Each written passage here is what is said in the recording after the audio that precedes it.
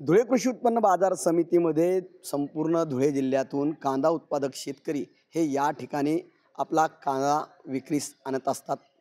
आपण बघू शकतो आता मात्र या ठिकाणी कुठलाही शेतकरी या ठिकाणी कांदा घेऊन आलेला नाही।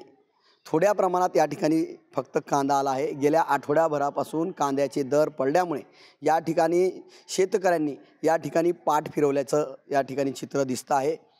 दरवेळी चांगला भाव असल्यानंतर या ठिकाणी हा संपूर्ण शेड हे कांद्यांनी भरलेलं असतं। मात्र गेल्या 8 दिवसापासून कांद्याचे दर अवघे 500 रुपयापासून 1200 ते 1400 रुपयापर्यंत असल्याने कांदा उत्पादक शेतकऱ्यांनी कांदा तयार असून देखील या ठिकाणी आणलेला नाही। त्यामुळे या ठिकाणच्या धुळे कृषी उत्पन्न बाजार समितीच्या कांद्याच्या शेडमध्ये या ठिकाणी आपल्याला शुकशुकाट पाहायला मिळतो आहे। धुळे कृषी उत्पन्न बाजार समितीमध्ये साधारण दररोज 3.5 ते 5,000 क्विंटल कांद्याची आवक येत असते।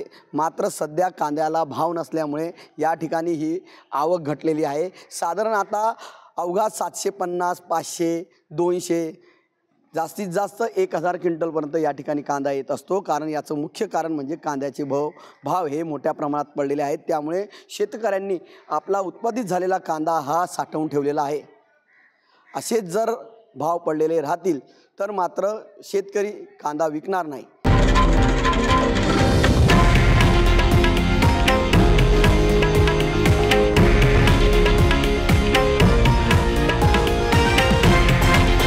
हे आहे देशातील नंबर 1 न्यूज नेटवर्क आणि आपण पाहत आहात TV9 मराठी, एकमेव।